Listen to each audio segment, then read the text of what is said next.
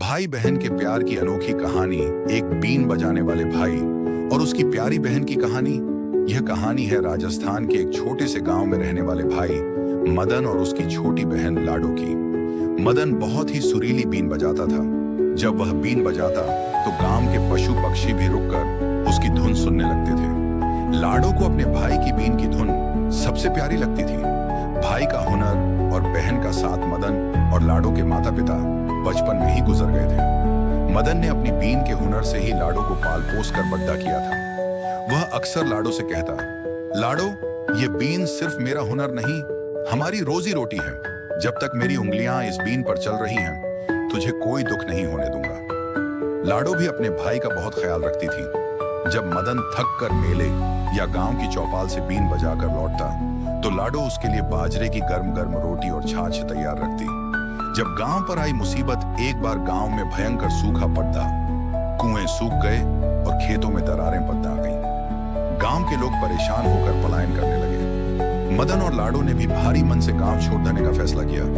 रास्ते में उन्हें एक घना जंगल पार करना था। जंगल के बीचों बीच अचानक लाडो का पैर एक झाड़ी में फंस गया और तभी वहां एक बद्धा और जहरीला सांप आ गया। लाडो डर के मारे चीख पड़ी और वहीं जम गई। मदन के पास कोई लाठी या हथियार नहीं था। संगीत का जादू, मदन ने बिना डरे तुरंत अपनी पेट से बीन निकाली और उसे अपने होठों से लगा लिया। उसने अपने जीवन की सबसे रूहानी और शांत धुन बजानी शुरू की। पहली तान, हवा में एक अजीब सी शांति छा गई। सांप जो फुफकार रहा था धीरे धीरे शांत होने लगा। दूसरी तान, सांप ने मदन की बीन की धुन पर अपना फन धीरे धीरे डोलना, हिलाना शुरू कर दिया। वह लाडो को भूलकर संगीत के जादू में खो गया। मदन बीन बजाते बजाते धीरे धीरे पीछे हटने लगा और उसने लाडो को भी इशारा किया कि वह धीरे से वहां से हट जाए। लाडो सूझबूझ दिखाते हुए चुपके से भाई के पीछे आ गई। जब मदन को यकीन हो गया कि उसकी बहन सुरक्षित है तो उसने धुन को बहुत ही शांत मोद्दा पर लाकर धीरे से रोका। सांप बिना किसी को नुकसान पहुंचाए चुपचाप झाड़ियों में चला गया। एक नई शुरुआत। लाडो ने रोते हुए अपने भाई को गले लगा लिया और कहा, भैया, आज आपकी बीन ने मेरी जान बचा ली। मदन ने मुस्कुराकर उसके आंसू पोंछे और कहा, मेरी बीन की असली ताकत तो तू है लाडो।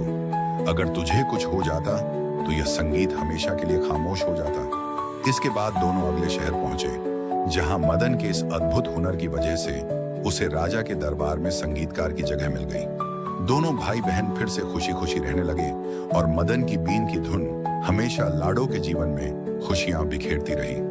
सीख, सच्चा हुनर और अपनों के लिए प्यार इंसान को हर बड़ी मुसीबत से बाहर निकाल लेता है।